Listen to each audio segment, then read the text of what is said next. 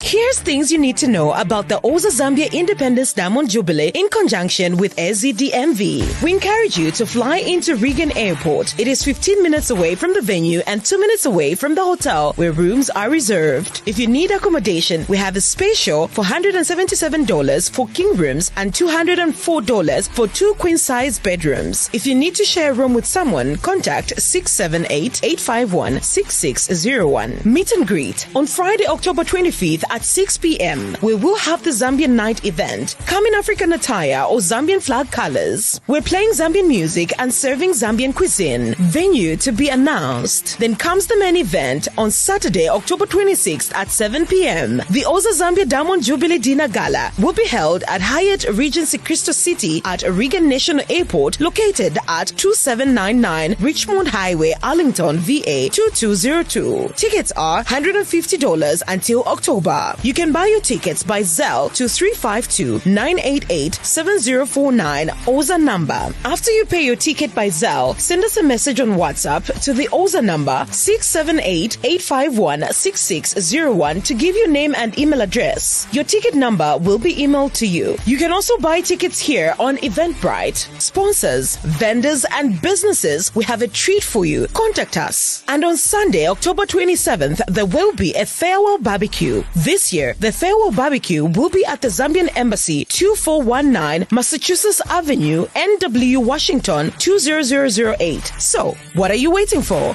Get your ticket now.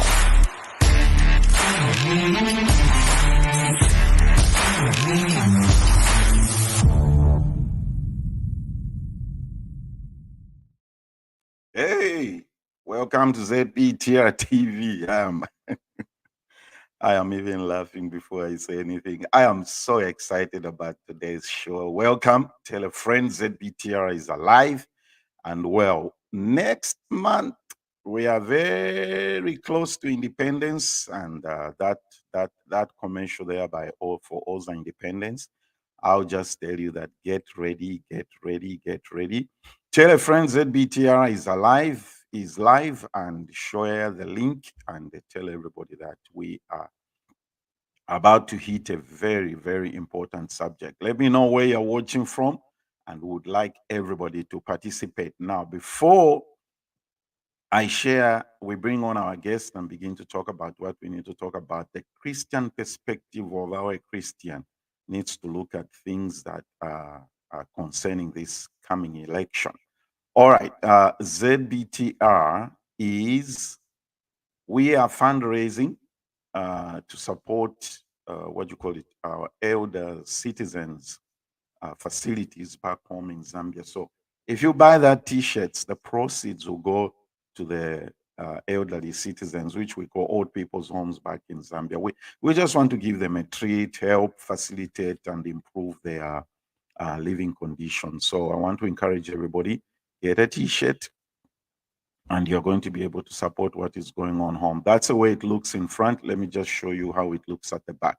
So you see the back has got the ZBTR logo on it, and you're going to look good in that t-shirt. Trust me, I have one myself, and a lot of other people do as well. All right, so let's get ready to get into this discussion. You know, there are people in life when they call you, you have to answer the phone. I have to make a disclaimer here. My guest is also my niece. Okay. So whenever she calls me, unless it's really, I'm in that situation, I rarely do not pick up phone calls from Apostle Dr. Victoria because when she calls me, she calls to say hello. And when she calls, you know that there's something serious that needs to be talked about or needs to be discussed. It could be a family matter, it could be just something. So I'm going to bring up Apostle Victoria, but Apostle, don't say anything. Don't say anything yet, because I want you to see what happened when I got that phone call from you.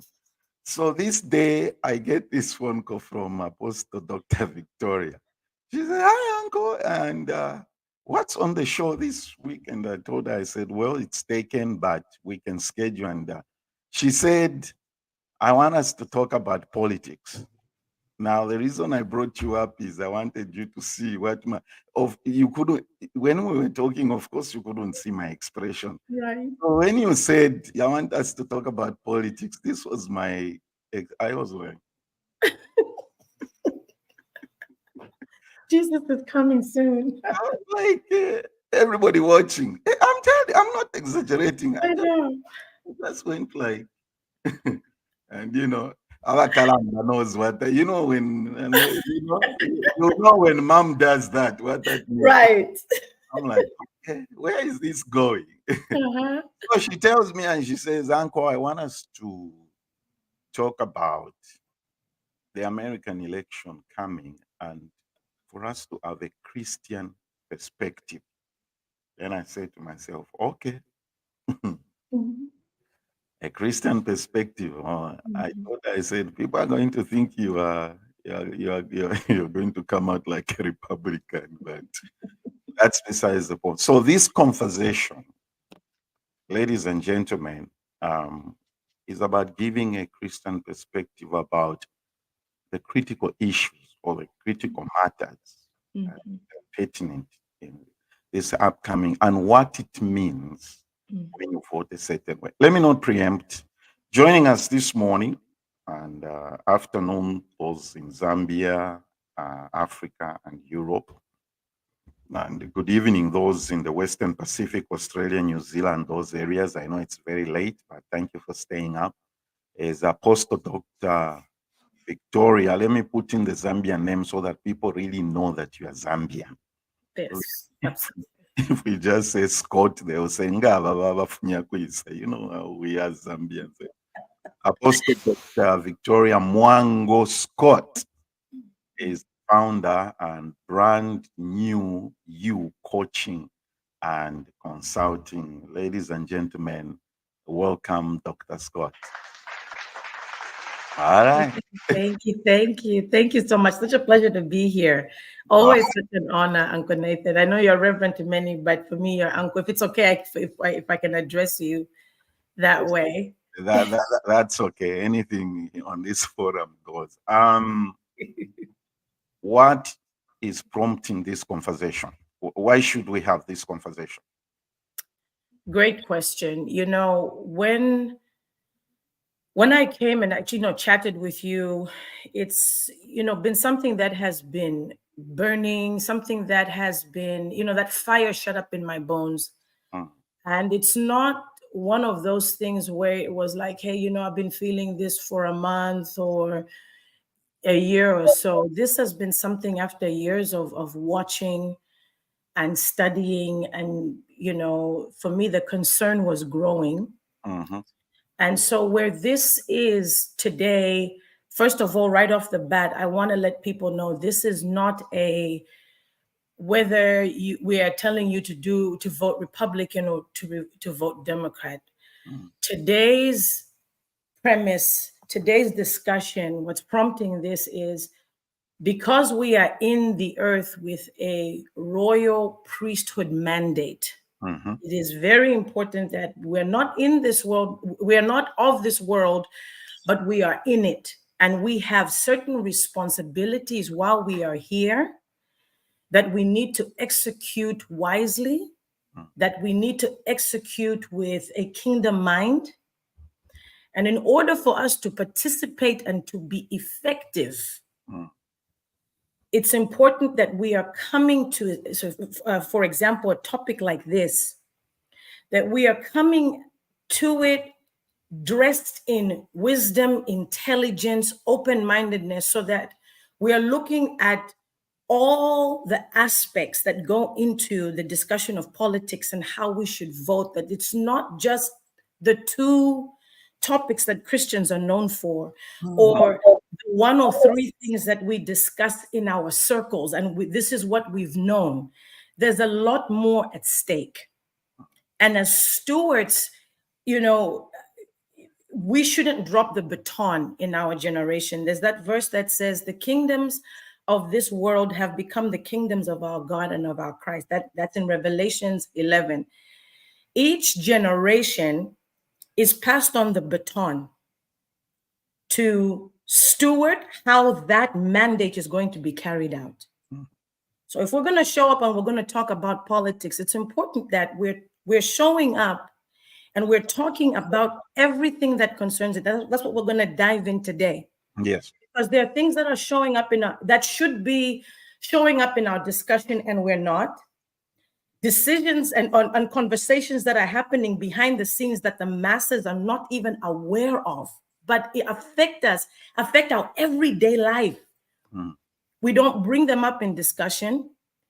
It's, you know, a lot of what we're talking about is either so one-sided or has got a narrower view. So here today, we're saying, let us broaden that view. Let's create a little bit of space in our frame of mind to say, guess what? These issues, they might not be present in your household, but they affect your neighbor. And if it affects your neighbor, it's going to affect you. So it's that discussion of let us set the table before us, because democracy is the power of the people. So if this is something that involves us, we need to make sure that we're bringing every topic to the table. You know, we often talk about abortion and taxes and same-sex marriage in our Christian circles, but this is the place where we need to say, we need to be talking about big pharma. We need to be talking about education reform. We need to be talking about housing in the housing industry. All of those things need to show up at the table. We, as a royal priesthood, have got a civil duty to make sure that we are also well informed on those matters as it pertains to the elections. I like the phrases or terminology you are using: execute wisely, kingdom mindset. Yes. Yes. You see, a lot of people, and I did mention this to you, that I had a few friends call me and they were expressing like, they wonder what direction this is going to take. Yes. Can an individual separate their Christian values when going into the voting booth?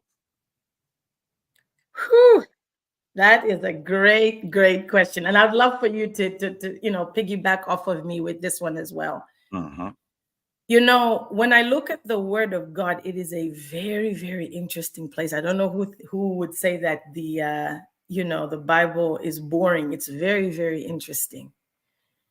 You know, we have our values with us. You can't separate them.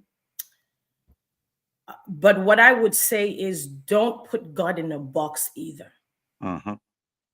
Because you have Queen Esther, who was raised up for such a time as she was, yes, to be the wife of, a Gentile, not even somebody who wanted to even walk with God at all. This was a pagan king, that she would be wed to. You have got Daniel, who they're taken, in exile by the Babylonians. And the Bible says he was trained by them in their university. And then God added his wisdom on top of what Daniel had been trained. But what I believe with Daniel was that even when he showed up in that place, he did not forsake who he was. He still said, this is the way we need to eat. This is the way we need to carry ourselves. This is the way we need to conduct ourselves. So it's not that you're separating your Christian values.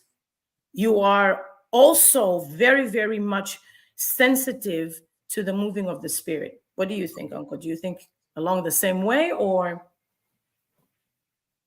You see, the thing is that I'm glad that you decided to have this conversation, because you remember the first thing I said to you. I said, church people, when we are talking about elections and politics in America, church people, it's abortion, same-sex marriage, and all those things. So I want us to dive in, and I want you to give this Christian perspective. Since we are all affected by common things, the list is long, everybody watching. We are going to talk about food industry, education, immigration, taxes, women reproductive rights. And so let me throw this first one. This is number one. Yes. Let's talk about education reform. Yes. What is the Christian perspective on education reform? When Brenda goes to vote on that day, she Absolutely has in school. So what should she have in mind when it comes to education? So let's talk about education reform. That's the first one. Absolutely. I love that. I love that. This one is the big one for me as well, because my children are in middle school. In fact, my oldest two are in high school. My youngest is in middle school. And so this is something that I'm always thinking about. And even within education, you know, the education spectrum, there's so much to cover there. It's no brainer, you know, with the changes that have come about, what's there, the kind of books that are there, even for kindergartners. You know, those kind of things are the obvious discussions. What I want to encourage us to even stretch our minds to think about. When you're talking about, when I'm looking at education reform, here's what I'm thinking about, Uncle. There are 5 classes in the US. 5 classes. There's the lower class, there's the middle class, there's the upper middle, there's the upper class, and there's the upper. Each one of those classes have got a psychology. There's a way that they think that makes them do life where they are. Let's take the upper, right? When from conception, what they have available for their child is very different than what a family would have at conception for, you know, their child in the middle class. What do I mean? The way that they're thinking. By the time that child is 15 days old, they've already set up their retirement. They've already set up an inheritance for them to live off as soon as they turn 18 or 21. So their education is going to be one where they're telling them, you're not an employee, you're an employer and an owner. You're not going to have a 9 to 5. You're going to live off of an inheritance. So your education needs to look like this. So before you continue, yes. So to everybody watching, so when we say education reform, we are not just talking about somebody getting up and going to school or to a class. Right. We're talking about education even in the family. Exactly. In the family, we're talking about, you know, just with what's happening what starts at that dinner table. This is where education is happening, because the family is the nucleus of society. Yes.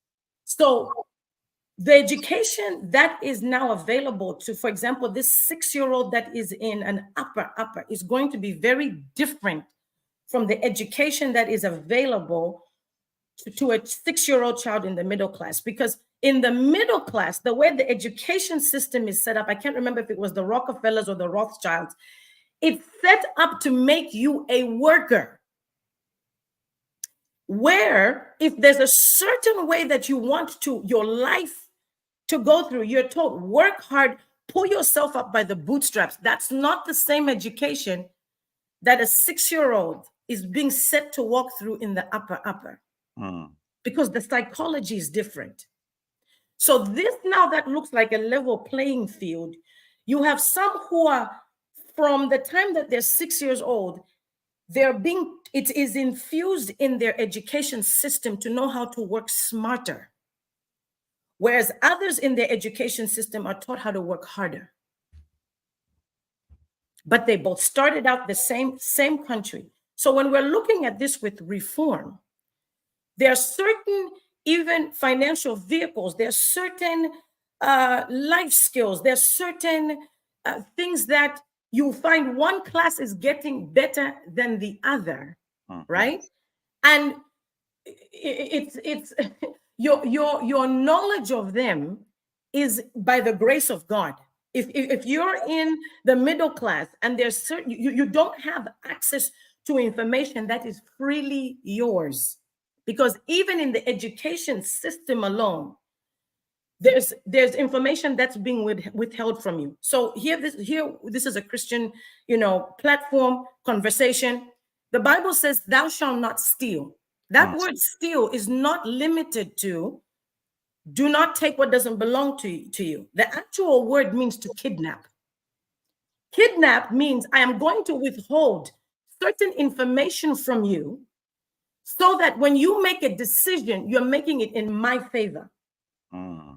So there's a way that you're taught educationally that I want you to think and know life a certain way, so that at the end of the day, by the time that you're in 12th grade, you've accomplished something, but it's not to the capacity that you can accomplish, because I withheld certain things from you. And if I withhold certain information from you, I keep you in a category where you will that will cause you to benefit me.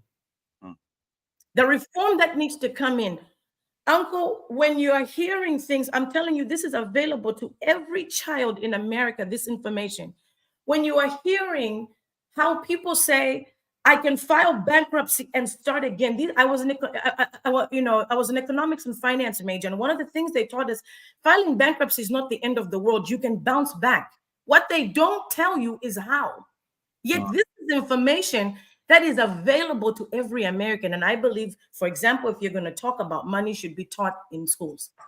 So explain what are the dynamics of working harder and working smarter? What are the dynamics? Dynamics of that. For example, okay, let's just talk financially. Okay. There are tools, there are places, money, vehicles where certain classes are taught from a young age. Because imagine, for example, if you turn 18, you're given one of these where an inheritance has been built for you. So you're taught, put your money in this type of vehicle. It builds money for you faster, quicker, easier. While you're asleep, it's building this for you. Let everybody else deal with that by, working 3-4 jobs and all of this kind of stuff. Let them live in that dream. So you're working harder. You're doing what you have to do. Like every, people who are listening today, every hardworking American, you're doing what you need to do. But there's an easier way. There's a smarter way. It's having access to the information where, well, for example, this is what happens. Working harder, a lot of the places where you're told three buckets where you should have your money. We focused a lot in our education system in the taxable accounts. So it's the investing, it's the savings, it's the checkings and all that kind of stuff. You go to work. What's the first thing? One of the first things that you're filling out, it's a 401k, for your retirement. But they're not telling you details about what that's going to involve. Like if you don't remove it after 59 and a half, you're going to be penalized for not taking it out, and then you'll be taxed on top of that. So it's those kind of things where we're in this world, but there are other buckets that can grow money faster for you. So those kind of things where you have access to limited information, right? And so you find that you have these incredible people who are working so hard trying to just have a better life in these vehicles, and yet there's a plethora of others that are available to you that are because you live in America. You don't even have to be a citizen because the fact that you live here, that's there for you. So, you know, when Bitcoin was coming out and all of this stuff, everybody was like, oh yeah, I want to share, I want to do this. And, you know, but when you take somebody like Warren Buffett, he's not going on the stock market doing that. He's buying companies.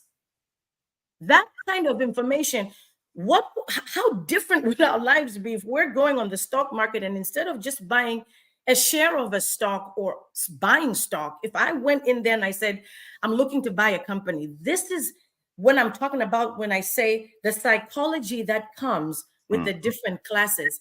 Yes. And what they're doing with the education system, they've tapped into that and they know that. So it's designed in a way that says, let's keep people where they are. And we don't have to, you know, bring them in on, you know, the best medicines, the best foods, the best quality of life. Education is absolutely important. And I love that point that you said of this is why it's important now, even with the family at the dinner table, that these are things that we begin to talk about there.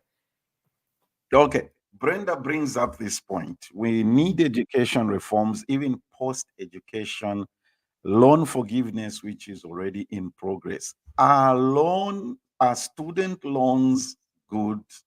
I don't know how to put this question. What's opposition on, because the current administration is trying to, I'm not going to be mentioning presidential candidates or politicians' names here. We're talking in generalities. The current administration has pushed this agenda of trying to get the students have their student loans forgiven. What's your advice on student loans, of course, versus what do you call it? What's the other word? What's the thing they give you in education to scholarships and scholarships? Yeah. And that will be our last point, and we'll move to taxes. We'll move on to that one. You know, yeah, that one is a very loaded one. Again, it goes back to the whole education aspect, because if we have access, if this education reform, right, comes in, do you know that it's drastically going to reduce student loans? Because they're not necessary. When you have access to certain information, remember, access, this lack of access has been a problem from the beginning of time. This is what happened to Adam and Eve. No more access into the garden. So now it creates a plan B. I honestly think that student loans, it's a plan B to a already struggling situation. That's the way that I look at it, in my most gracious opinion.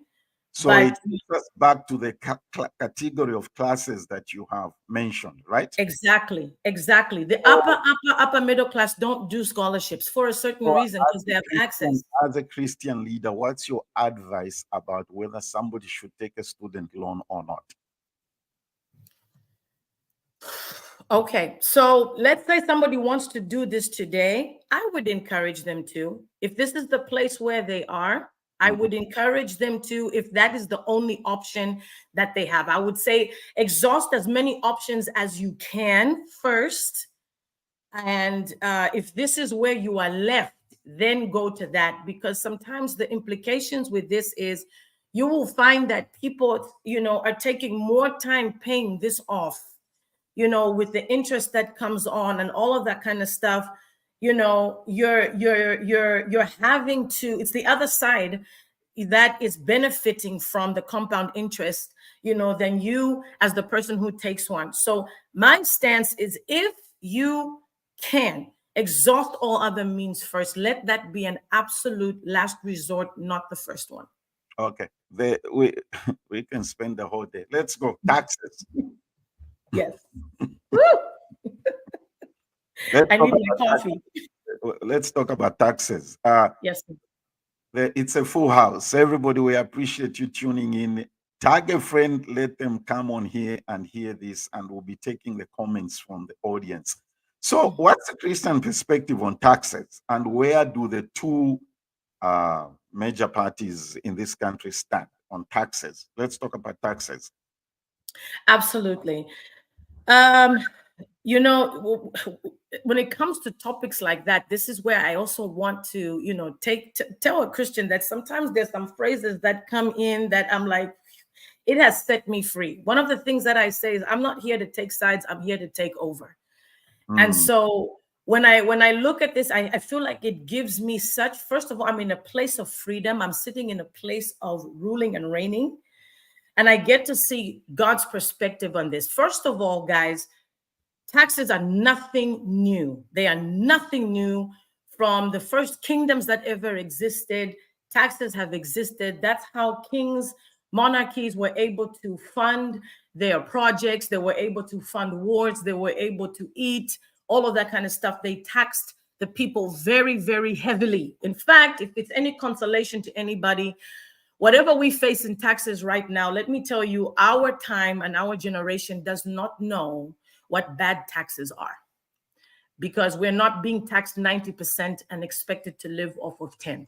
So let's just get that together. This is one of the things that even when you see in biblical accounts and you see different kingdoms throughout history, you see that the people were heavily taxed.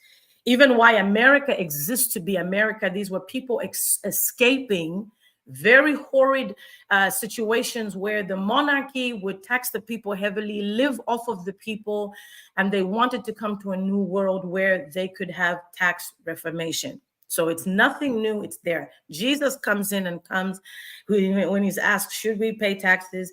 He lifts up a coin and says, whose face is on this? Give to Caesar what belongs to Caesar, and give to God what belongs to God. Now, when it comes to what is happening in our time, you know, you've got one side that's saying, hey, let's make sure that we're taxing people fairly. I think those of you maybe who are making a little bit more should give a little bit more, and maybe give a tax break to those who are not bringing in as much.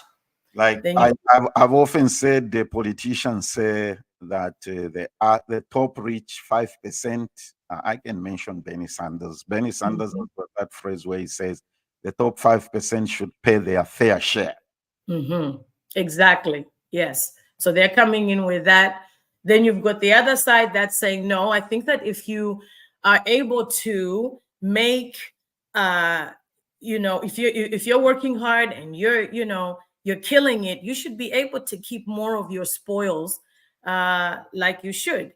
In fact, this is why when I'm talking about these things, I know usually the place where we'll look at is what is being talked about, whether it's on CNN, on Fox, what we can grab our hands on. But like I said, there are other conversations that are taking place. Like right now, while a lot of the country is feeling this economic weight, right?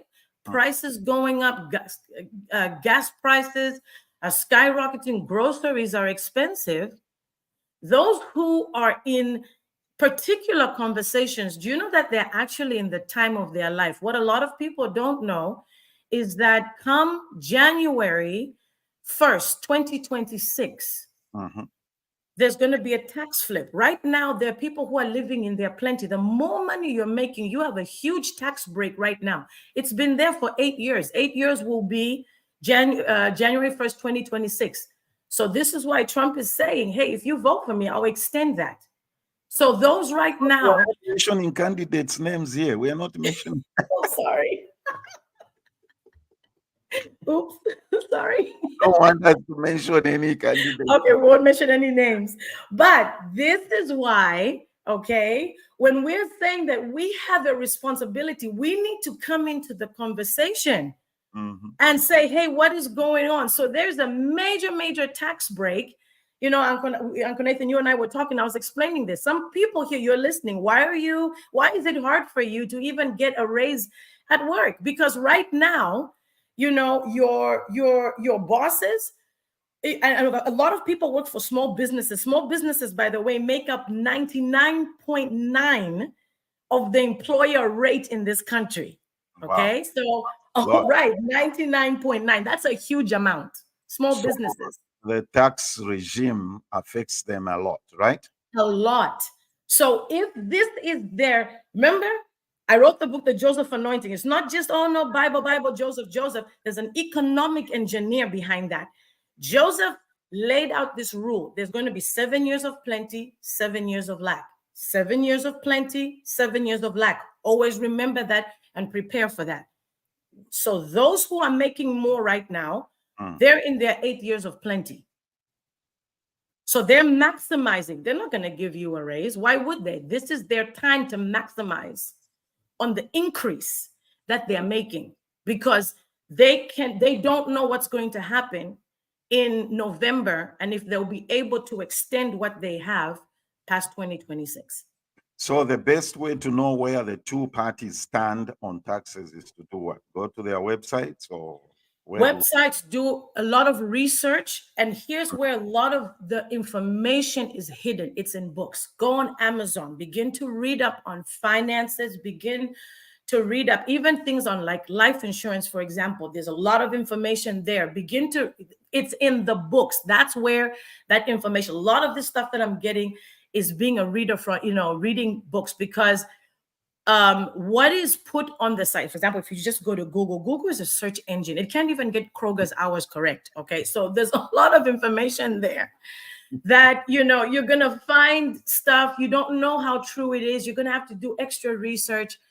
So it's going to involve a lot of reading, a lot of conversations. That's what I want to encourage here. Instead of just showing up to argue and to, just always putting our point across. It's, hey, listening.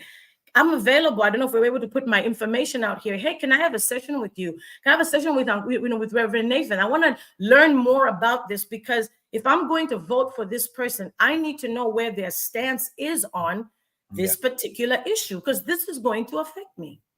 Yeah, exactly. Yeah. All right, a short break here as we continue our conversation. Now we're going to jump into the big one. I call it the big one. Okay. Yes. Women reproductive rights. That's what topic.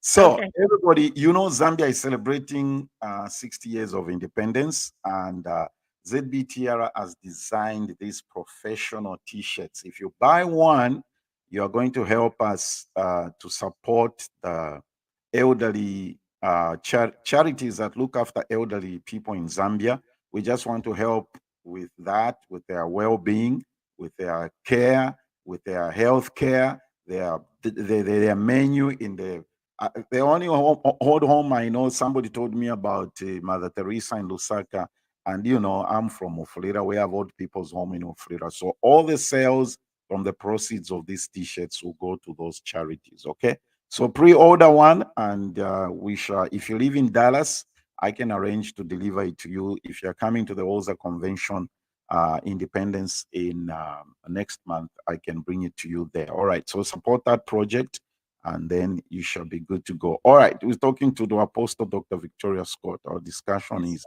the Christian perspective on issues to do with the upcoming elections. Okay, so educators, some of us, what you keep hearing this phrase when they come.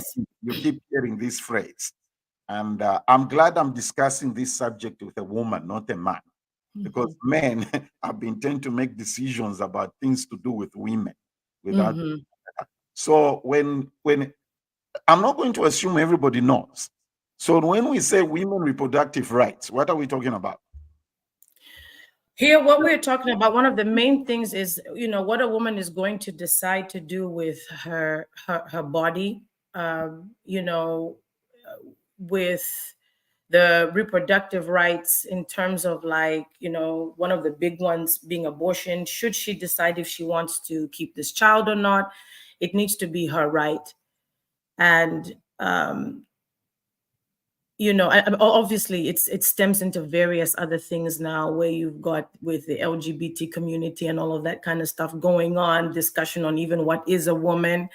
I don't know if we want to get into all of that, but pretty much what it is, bearing down to is a woman having the right to decide what she wants to do with her body. It should be between her and her doctor. That is the argument. And so our discussion now is going to be, okay, what is the biblical perspective on all of this? Yeah. So our theme here is a Christian perspective. So yes. I know this is a very what do you call it? This is a very touchy, sensitive word. I call one of my I called one of my amazing sisters, a nurse, and Yes. I said to her, can you educate me on the IVF? Let's talk about that. Yeah, with the IVF, with women being, fertility issues, women having that and not being able to have children. And so, with this option for them being given to them, it's saying, hey, this is something that you can decide to do. Now, obviously, there are different types of avenues that people will go through. In what? In vitro? In vitro. Let me get the correct terminology. Fertilization.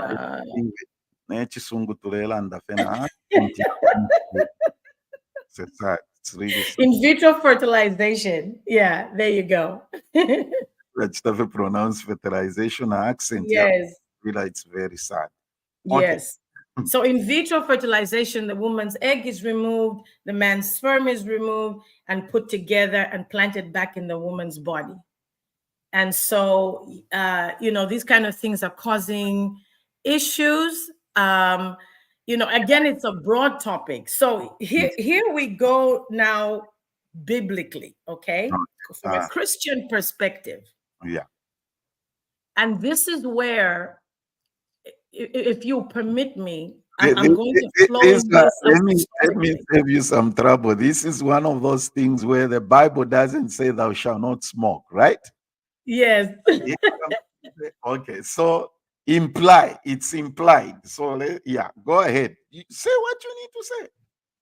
So I'm going to speak on this thing from apostolic view.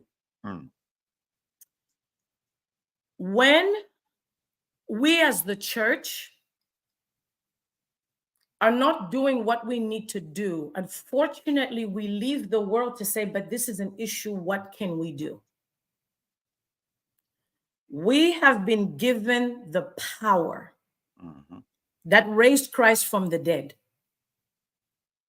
If there are barren wombs, barren men, this is where I'm urging the church, put your plate down, get into consecration. We need to start praying for this. Remember, we are the priesthood. So if we completely back off, because now we're building our brand and those are not bad things. We're getting involved in many other things and sometimes even more fascinated with building our churches and our organizations and getting on television and all. None of those things. Look, growth is beautiful. But the apostle said, silver and gold have I not, this I do have, and I freely give it to you. Rise up and walk. We're going to go into big pharma soon. If we begin to get to the place where we say that healing power is within us, some of these issues won't even show up. Can you imagine how big pharma will be put out of business when we take our place and and healing begins to flow?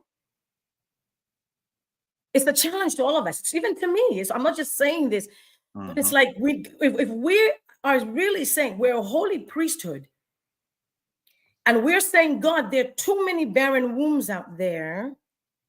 Okay, maybe this won't even be an issue that I put solely on government, but for us as stewards, as I said, we cannot drop the baton. Miracles, signs, wonders have got to come back in the earth, and we're the vehicle for it. Okay? Judgment comes to the house first. That said, anything that man will do and take in their hands, you can expect that they will abuse it. You can expect that they will pervert it. But just personally, what I've seen with this and what it's done for different families and what it's brought for them, the issue for this, where it's in vitro, this is science that is coming in to say, hey, let's help a family have their children.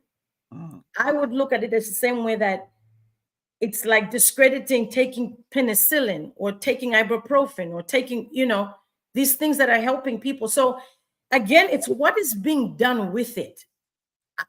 I I don't see a personal issue with IVF. I could be wrong. Somebody please correct me in the comments. Maybe you have a different view. Uncle, maybe you have a different view.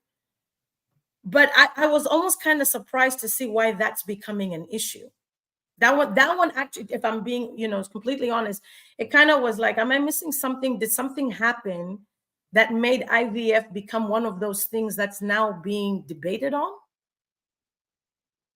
You see, this is, and I'm not going to, I'll just put this here. Okay. I would rather the women talk about this. And I know some people may misunderstand you or misunderstand me here. Okay. Like Brenda says, women reproductive rights, in my opinion, should not even be on the ballot. Let the woman decide what she wants to do. That's what Brenda is saying. And you see, you have given an apostolic perception. And everybody watching, I said this to Victoria. I said, you know why we have the problems we have today? Because the church has abrogated its place and given power to the politician. There you go. Jesus didn't tell the politician to go into the world and make disciples. That's right. There you go. It to his disciples. Exactly. This is a Christian conversation. Okay. Exactly. And that's right. We're the priest. Act together. Some of these things, like Brenda is saying, won't even be on the ballot. Okay. Exactly. The one who actually educated me on this, she says the IVF has changed. I won't try to say the whole thing because I'm saying it in my Madura accent. I don't want to be embarrassed. You're doing great, Uncle. You're doing great. IVF has changed a lot of people's life. This should not. Yes. Yeah. I was honestly surprised when I saw that being an issue. Now I'm like, it has changed and helped so many people's lives. So many people who couldn't have children. So I don't even understand why that's being a problem right now, unless maybe there's abuse of it or something that is happening. That happens with anything that you give a human being. They will find a way to mess it up. But it has changed a lot of families' life, like what Brenda said. So right there with you, Uncle, you took the words right out of my mouth. As the priesthood, as a royal priesthood, there are things that the church that we're supposed to be doing and not put in the hands of a politician, because if they do, they will mess it up. Or even put it in the hands of the world. There are things as Christians where we take our place and we do what we've been called to do. Yeah, that's very all right. Good morning, Dulcie. Hello, everybody. Hi, Brenda from Heath. Yes. And did you see Veronica's comment? Yes, I did. Good morning, Pastor. Our sister, Miss Apostle, what is she? Evangelist Apostle Victor. She is watching, and my amazing sister, Indiana President. It says watching from Indiana. Wow, President Lele.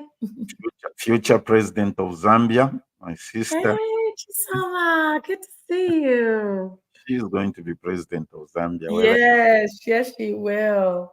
She will be. I love you, Chisoma. Ronald. Hey, it's my little brother. Well, not so little anymore. Be careful what you say. Good morning, Rev Pauline. Good to have you here. Good morning. Auntie Joyce, always supportive. Everybody. Lamech, we see you. Hi, Calvin, from Florida. Everybody, we are. Hi, Apostle. Good to see you. Yes, I totally agree. Alice, my sister too. Love you. So there are a lot of, before we get in trouble, we can't forget Mom. Hey, Mom. Hi, Mama. Good to see you. Everybody, we are. Sandra, always very supportive. You see, the reason I actually was impressed by you reaching out to me that we talk about these things is at times, I don't know who understands Bemba. I think at times, I would put it that. No, I mean, I don't know. What does that mean in English? Can you help those who don't understand? No, just keep it in Bemba.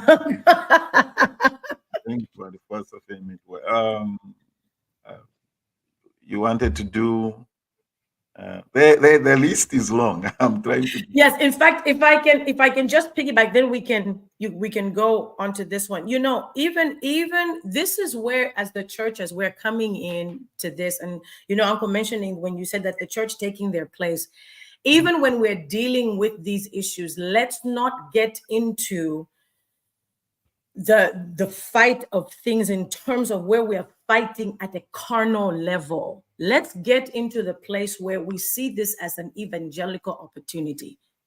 People make decisions based on their experiences.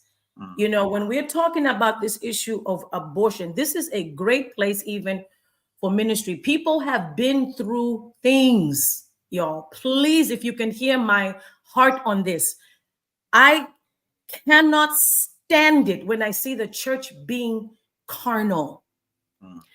God says to Cain, where's your brother? Cain proceeds to start arguing with God and giving an excuse. And God says something that lets me know our hearing and our seeing has to be on a different level. He says, your brother's blood is crying out to me from the ground.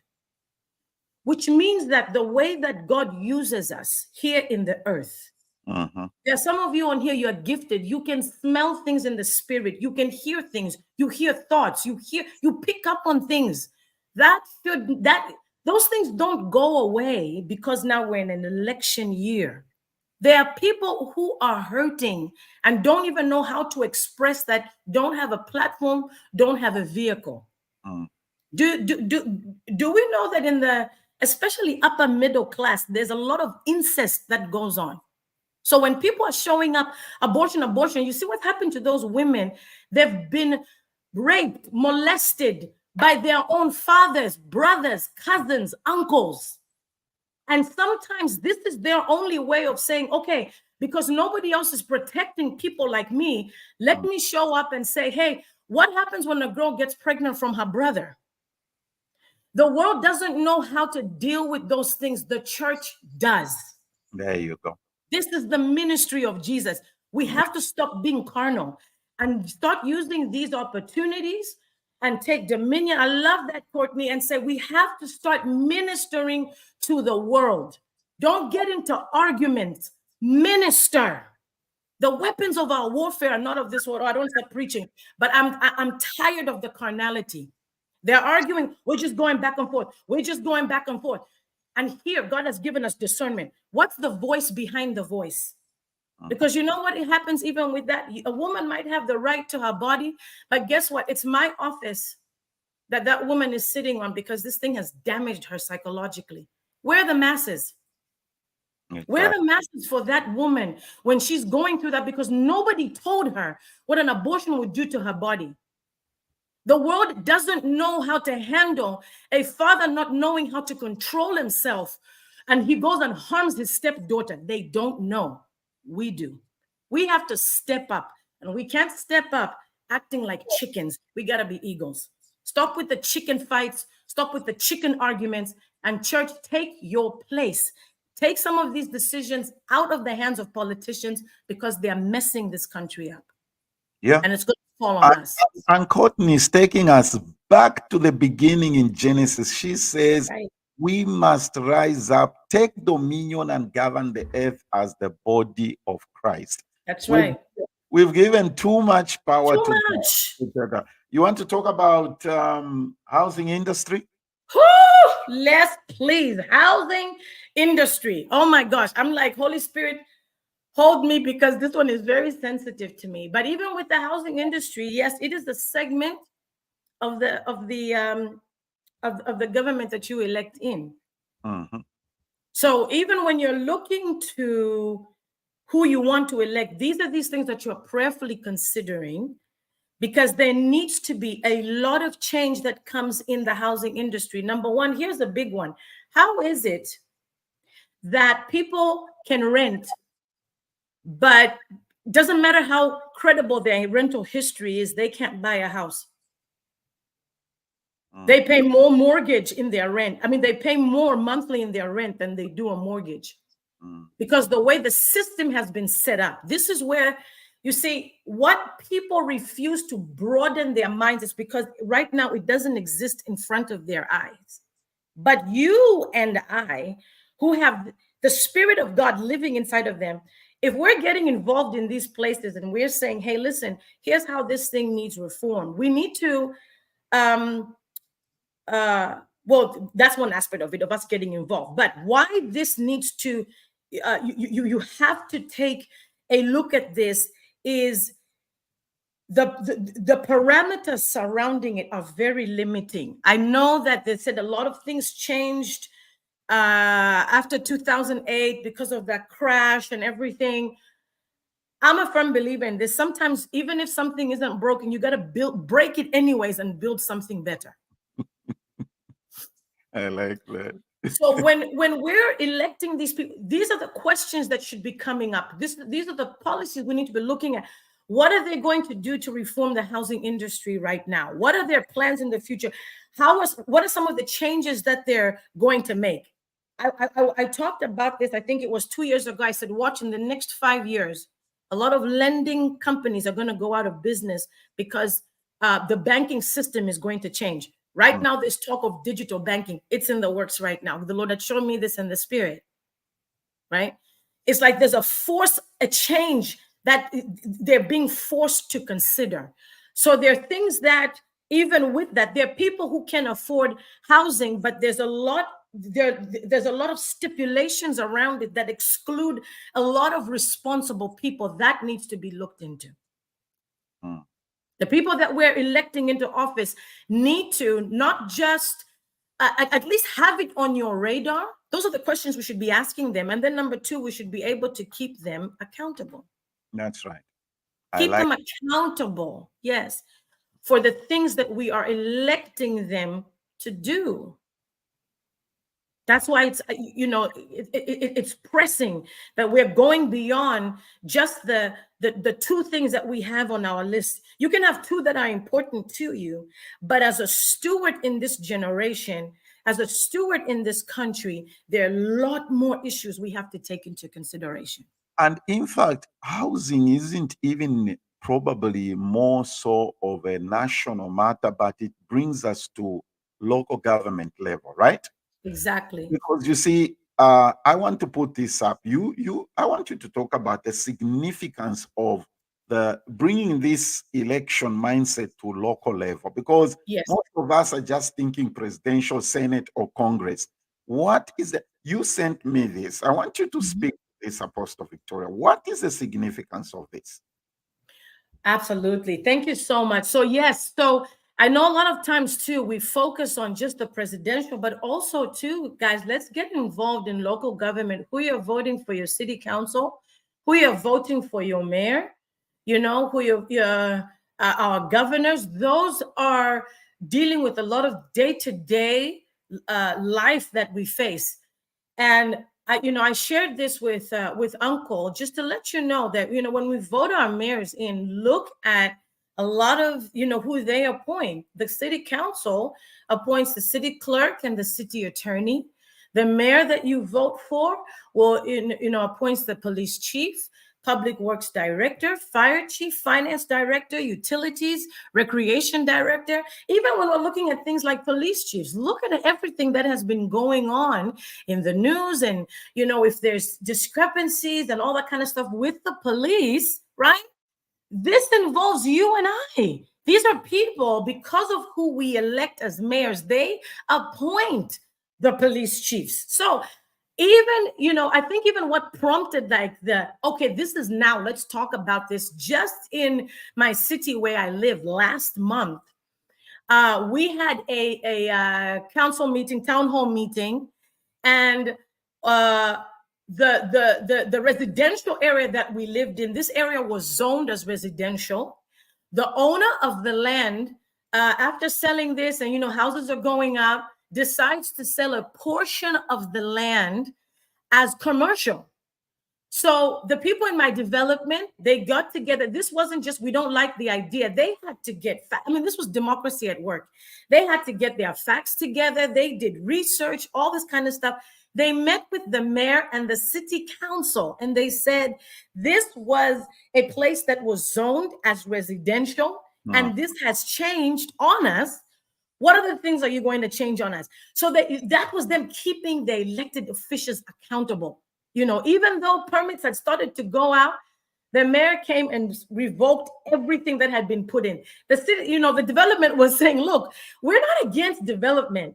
We love that about this area. We've got more land that we know how to do it. Just don't do it on this side, because this is going to, you know, interfere with, you know, even just the plans we have for this place here. Yeah. And you could see they together they spoke as a voice, one voice, and were able to bring this and keep their elected officials accountable. I was like, wow, look at the power of democracy. So even at that, we need to make sure that we are participating in voting for our mayors. We need to know what's going on with the House of Representatives. We need to know, you know, who's our governors, getting involved, because they are also in our everyday part of life, not just the presidential. It's all across the board. It's all across the board. Yeah, that's very important. Yeah. I thought that we should bring that up because yes, not realize that. Thank you. We all belong to cities, counties, and right, you know, all these places, and the people that we elect what?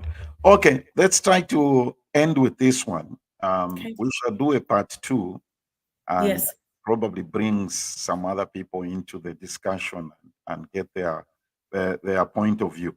You wanted to also address this. You see, everybody watching, that's why I love people don't just speak in tongues, you know. Christians must be able to articulate these things and be able to explain. I think it's also important to ask, because you see, most of the pastors in most ministries or churches out there, they're just telling you to vote a certain way because of 2 issues, okay? Right. Abortion and same-sex marriage. Are they able? Let's end with this one, you know. That's why I'm saying that's why it's good to have people who just don't speak in tongues. Let's talk about this. What's the significance of a foreign policy? Should I even bother about it? Yes. Oh, I love this one. Exactly. We need to, you know, talk about this. So, and I love this one because, you know, this is one of those big things that you can even see God doing with one of our favorite characters in the Bible, King David. You know, he was called a man after God's own heart. And God used David to establish this, because remember, when the children of Israel are going to the promised land, the land that's designated for them, there were a lot of enemies around them. So in order for you to live peacefully, how you relate with other nations, you're trading with them, how you're working with them, security for your people is absolutely important. So it's good to have foreign policy on there, how you're relating, you know, to the outside world. So it's not just what's happening in America, it's all the countries around us. And what he does with David is he allows him to create peace all around. And sometimes that for David was going to take wars, silencing a lot of pagan kingdoms, you know, that were disruptive, not just to the children of Israel, but to so many other societies. So when people read that, by the way, don't be confused. If you're going to defend the Bible apologetically, know that those kingdoms that were silenced like that were doing horrific things that are not even, you know, it's just not the place to even mention them right now. So, you know, here comes Solomon, because now when his father has created peace all around, for him to maintain that peace, a lot of times we go, Solomon, and I'm not encouraging anybody to do this, but when we see him marrying all of those wives, right, it was for the sake of foreign policy. Anytime that you married into another kingdom, that kingdom was an ally for you. Their army joined with your army. So he was strengthening the position Israel's military position. Can you imagine? Those were 300 countries or nations around him, kingdoms that were in favor of Solomon. So even if you tried to come up against him, you dare not, right? Because the daughters of those nations were living in his home. Oh, wow. Exactly. And that kept the peace. So now I'm not encouraging that methodology. Don't go say Apostle said. No. But it's something that exists, making sure that how we communicate with others, with other nations is important. This is why you're even seeing our presence in the whole Russia-Ukraine war. That has got a lot to do with more than just, hey, we need to go do the right thing. There's a lot of foreign policy that's going on there. The sensitive topic with Israel and Hamas, just even the way that they get their resources from other nations, the way they outsource employment work, all of those kind of things fit into this. So we want to educate ourselves. More than anything, Uncle, what I want to do, what I want to create today is, I don't want people to go, oh, but she didn't touch on this and she didn't. I want to leave you with homework, our audience, to say, wait, you know what? Maybe I should go and read up on foreign policy. That's something that I didn't understand. Maybe I didn't quite fully grasp today, but it's interesting. I need to go and get that. I need to go and study more on that. The housing industry, I want to go and study more on that. I want to whet the appetite for your intelligent, the capacity of your intelligent, because my friends, you have it.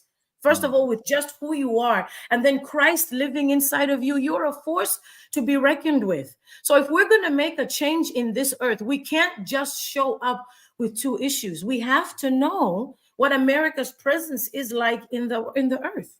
We have to know, if we're going to vote, what are presidents talking about in relation to other countries. We want to know, hey, our president, what is our relation concerning Israel, when we know what God says concerning Israel in the word of God? Where is your stance on that?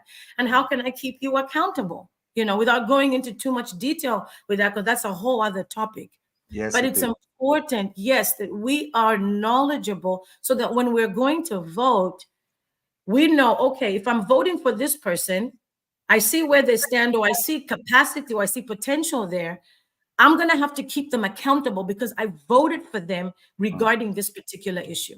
Why is it important for America to be strong on the global platform? Oh, my goodness. First of all, one of the things that this place does, in just with what it what it creates for its people, the freedom that it creates for its people, is not something that many are happy with. And believe it or not, there are many behind the scenes who are trying to disrupt that. And so their presence does a couple of things that I want to point out. First of all, their presence brings protection to the American people, but also with the influence that America has. It's important to have influence. So when it goes in, especially for truth, and when it's bringing in justice, that it's able to speak for those maybe who can't even speak for themselves. So that strength requires, whenever they move in, that that those who cannot defend themselves are defended. Those who cannot speak up for themselves are spoken up for. Okay. That influential, positive air that America has and can have. There's some things they should not be forcing other nations to do, but for the presence where they do show up and speak for those who can't speak for themselves, it's important to have that, because it also helps with keeping the world being accountable to itself. People just cannot, countries can't just run out and go rogue and just do whatever they want. We have to keep each other accountable. So having that strong presence is very, very important. Okay, let's take this final question, and then I'll let you have your final remarks and wind up. Brenda is asking, how will childcare influence a Christian when voting? Childcare? Can she elaborate on that for me? I think she's talking about, like after school, or yeah, I'm sure she'll be able to throw something in there. This is a big one as well, and I've heard the candidates also talk about it and sort of try to elaborate. After school care. Exactly. Yes. Okay. In fact, yes. And that goes back to, again, the education reform. Yeah. Exactly. Because those are all things that you see every day. These are affecting a certain class of people, where others, they're not even, it doesn't even cross their mind, because psychologically, a lot of things have been taken care of. Okay. Remember, I talked about the upper class? Their nannies raise their children. Yes. And so for them, this is not even a bother. But like she's saying, childcare policy and how to help the middle class. Exactly. And so this is where, when we are voting these people in, questions like that, asking them, keeping them accountable of what do you have in place. There's a lot of, when I'm talking about that reform, I almost feel like they need to take a page in a book out of how other countries are succeeding. There's I felt like I needed to use a different part of my brain when I came here. Like, what do you mean the children only go to school for X amount of time, and then you have to take them separately for soccer and all of this kind of stuff? Why isn't all of this included in this education system? Yes, so that if parents have to go to work and parents have to take care of their families, that this is the least of their worries, because it's included in this education system. I don't know if that's helping answer that, but I would rope that back in with being considered in the education structure. That whole thing needs reformed. Yeah. For those of you who'd like to get in touch with Apostle Victoria, that's an email address. I'll put it up there. And we appreciate you taking. What's your final word? We haven't concluded this. The list I'd like. Oh my God, we didn't even touch on Big Farm, did we? No. We shall do part 2 very soon. Yes. Let the people process and meditate on what has been said.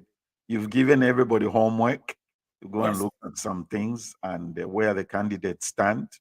And don't just use your natural mindset. Let the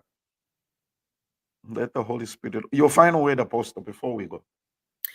Final word. We are here to make change. Let's not drop the baton on our watch. I was watching the Olympics, and one of the races that really just impressed me was the 400 women's relay.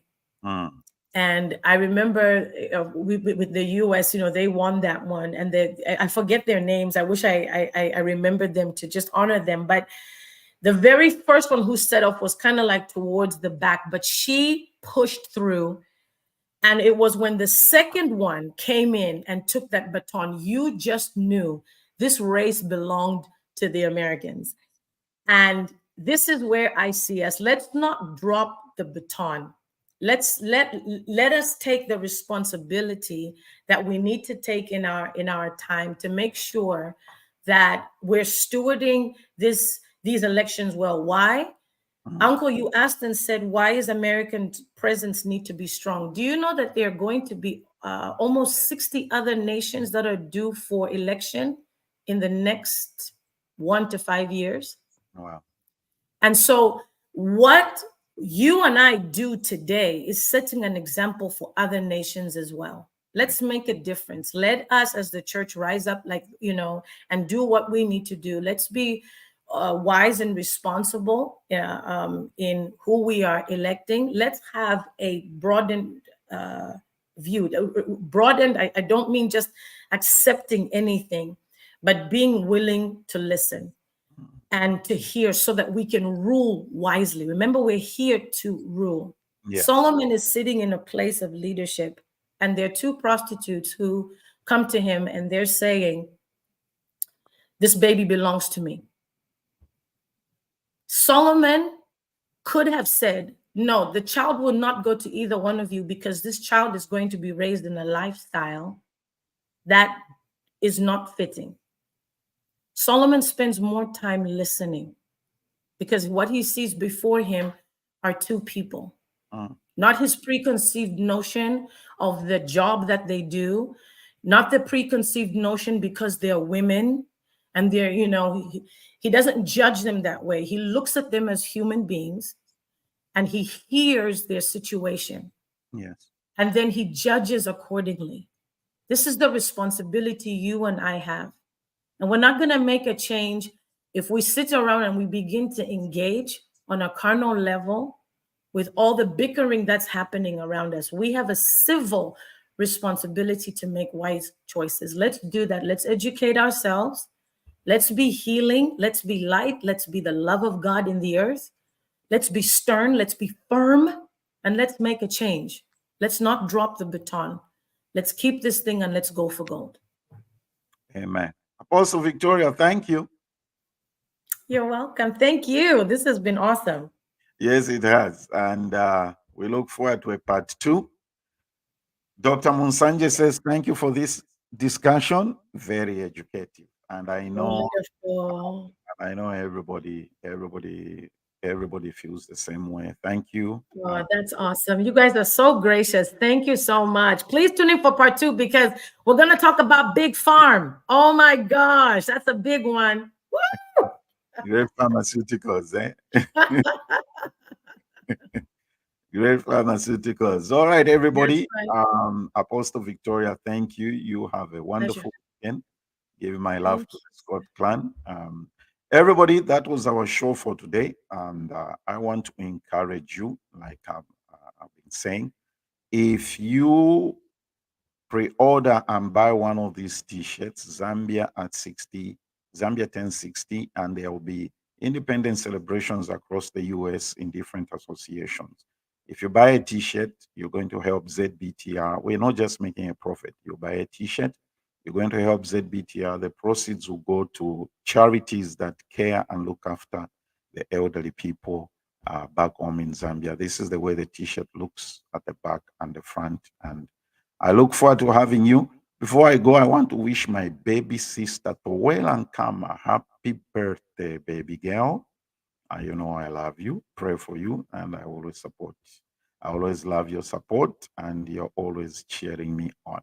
Okay, everybody, have a great weekend. We shall see you next Saturday. Here's things you need to know about the Oza Zambia Independence Diamond Jubilee in conjunction with SZDMV. We encourage you to fly into Reagan Airport. It is 15 minutes away from the venue and 2 minutes away from the hotel where rooms are reserved. If you need accommodation, we have a spatial for $177 for king rooms and $204 for 2 queen-size bedrooms. If you need to share a room with someone, contact 678-851. 6601. Meet and greet on Friday, October 25th at 6 p.m. We will have the Zambian Night event. Come in African attire or Zambian flag colors. We're playing Zambian music and serving Zambian cuisine. Venue to be announced. Then comes the main event on Saturday, October 26th at 7 p.m. The Oza Zambia Diamond Jubilee Dinner Gala will be held at Hyatt Regency Crystal City at Reagan National Airport, located at 2799 Richmond Highway, Arlington, VA 2202. Tickets are $150 until October. You can buy your tickets by Zelle to 352-988-7049 Oza number. After you pay your ticket by Zelle, send us a message on WhatsApp to the Oza number 678-851-6601 to give your name and email address. Your ticket number will be emailed to you. You can also buy tickets here on Eventbrite. Sponsors, vendors, and businesses, we have a treat for you. Contact us. And on Sunday, October 27th, there will be a farewell barbecue. This year, the farewell barbecue will be at the Zambian Embassy, 2419 Massachusetts Avenue, NW, Washington, 20008. So, what are you waiting for? Get your ticket now.